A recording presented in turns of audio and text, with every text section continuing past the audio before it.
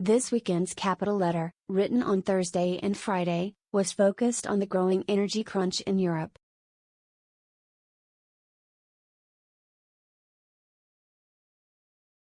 Today, Javier Blas, chief energy correspondent at Bloomberg News, tweets, "Press reports have not gotten any more cheerful since I was writing last week, but a few themes remain consistent, most notably the chaos that has been introduced by adding climate-related central planning into the energy supply mix."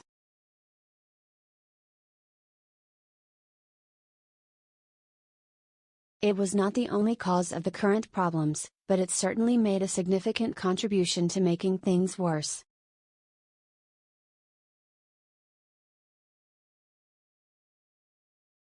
The Wall Street Journal, "The central planners now setting the overall course of Britain's energy policy. To be fair, they are not alone in their idiocy, but with a nominally conservative government in charge, the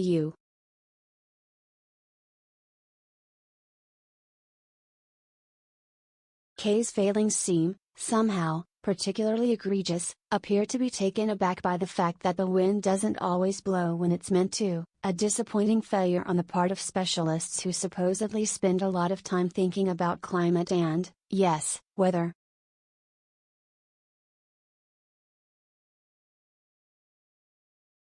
It would be wrong, I would stress, to make any argument on the basis of this fiasco to the effect that these specialists don't know what they are doing.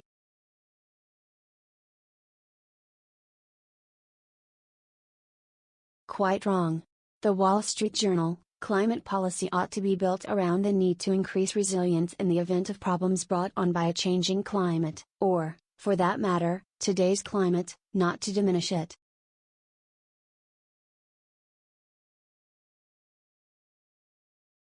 Some might say that designing a system that cannot cope with, check notes, the failure of the wind to blow hard enough does not look like an example of focusing on cutting-edge resilience.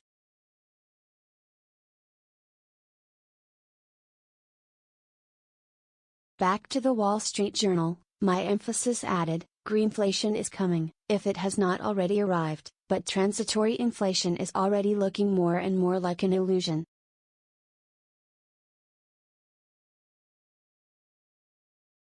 The Wall Street Journal, "My emphasis again added, central planning is what it is.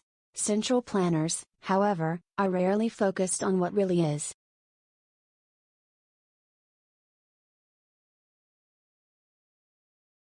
The Financial Times, "Let them eat simulations."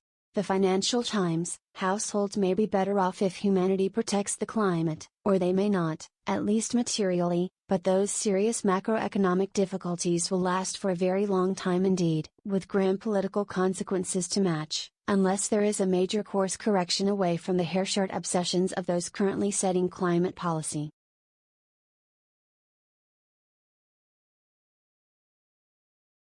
As I argued in the most recent capital letter, sadly, that's unlikely to happen.